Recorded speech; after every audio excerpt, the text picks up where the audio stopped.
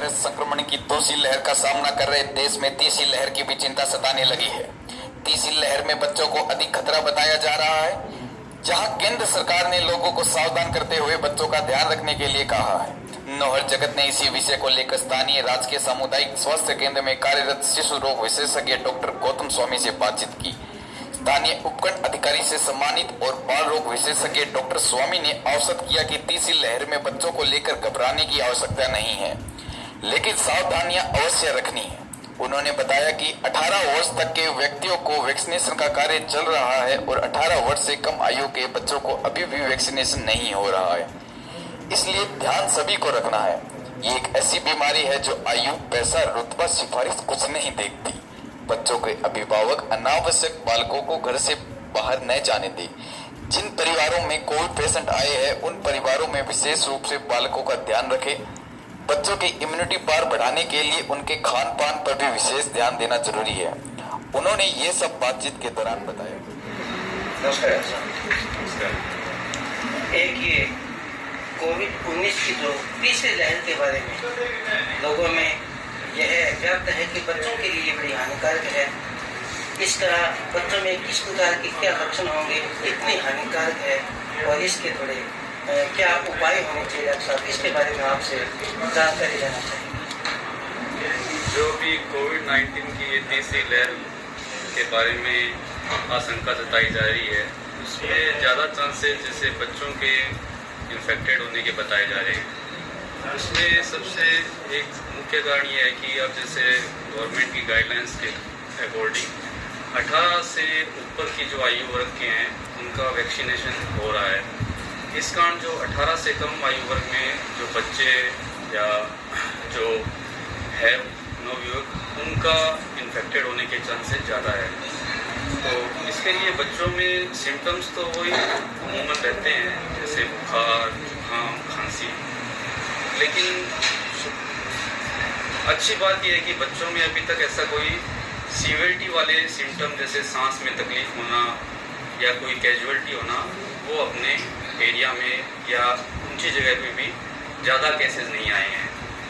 इसके लिए हमें वो ये बच्चों को भी बाहर निकलने के लिए कम से कम बाहर जाएं और इन्फेक्टेड पर्सन कोई घर में है तो उनसे दूर रखें बच्चों को, बच्चों की हाइजीन का ध्यान रखें, ये सबसे ज़्यादा जरूरी है। डॉक्टर साहब, एक जो ब्लैक फंगस का भी आजकल चल रहा है, तो इसका बच्चों को यह कितना प्रभावित कर सकता है? ब्लैक फंगस मेनली जो पोस्ट कोविड या कोविड पेशेंट में देखने को मिल रहा है। ब्लैक फंगस एक फंगस से होने वाली बीमारी है। ये ज़्यादातर जो इम्यूनो कॉम्प्रोमाइज्ड कंडीशन है, जहाँ शरीर की रोगों से लड़ने की क्षमता कम हो जाती है, वहीं ये अफेक्टेड कर रहा है मोस्टली सबसे ज़्यादा कंडीशन में। तो जो सबसे इसका एक तरीका बचने का है कि कोविड की पोजीशन न आए, मतलब कोविड होने से बचा जाए, तो इम्यूनिटी डाउन न हो। या जो शुगर के पेशेंट है, जैसे बच्चों में भी टाइप 1 डायबिटीज़ होती है, तो जो बच्चों में टाइप 1 डायबिटीज़ के जो पेशेंट है उनमें भी शुगर का अच्छा कंट्रोल रखा जाए। या कोई भी जो क्रोनिक कंडीशन के जो बच्चे हैं, chronic lung condition, lung disease के या क्रोनिक लीवर डिजीज़ के बच्चे, उनमें कोशिश की जाए कि कोविड न ही हो। तो इम्यूनो कॉम्प्रोमाइज कंडीशन से जितना बचा जाएगा उतना ही हम इससे बच सकते हैं ब्लैक फंगस से। हाँ डॉक्टर साहब, एक जो छोटे बच्चे होते हैं, छोटे बच्चे का मतलब लगभग 5 साल के आसपास के बच्चे हैं, और इनमें जो इम्यूनिटी पावर बढ़ाने के लिए, इनमें इम्यूनिटी पावर को डेवलप करने के लिए किस प्रकार का ध्यान रखना चाहिए, किस प्रकार का खान पान रखना चाहिए, थोड़ा इसके बारे में हमारे दर्शक जानना चाहेंगे। बच्चों में जो इम्यूनिटी पावर के लिए सबसे ज़रूरी चीज़ है, एक तो बच्चों का हीमोग्लोबिन लेवल सही रहना चाहिए। बच्चों को बाहर की खाने पीने की चीज़ कतई न दे, जिनमें आजकल देखने को मिलता है कि फास्ट फूड है, चिप्स, कुरकुरे, ये बच्चों को विशेषकर दे देते हैं। इनसे बिल्कुल बचा जाए। बच्चों को अच्छी पौष्टिक चीज़ें, खिचड़ी, दलिया, दही, हरी सब्जियां, फल फ्रूट इत्यादि प्रचुर मात्रा में दे। हाइड्रेशन मेंटेन रखे, पानी, शिकंजी, छाछ, जूस बार बार दें, ये सब। हमारे दर्शकों में जो अभिभावक हैं, गार्जियंस हैं, उनके लिए आपका कोई संदेश इस चीज़ को लेकर के? कोविड-19 के लिए मेरा सबसे मुख्य संदेश यही है कि अपने इससे जितना ज़्यादा बच सकते हैं वही सबसे बेहतर होगा, क्योंकि कोविड-19 से अफेक्टेड होने के बाद ये किस में कितना कैसा रूप दिखा जाए ये कह नहीं सकते। इसके इन्फेक्टेड होने के बाद ये कोई पद का, पेशे का या स्टेटस को नहीं देखता है, ये किसी भी हद तक पर्सन को अफेक्टेड कर सकता है।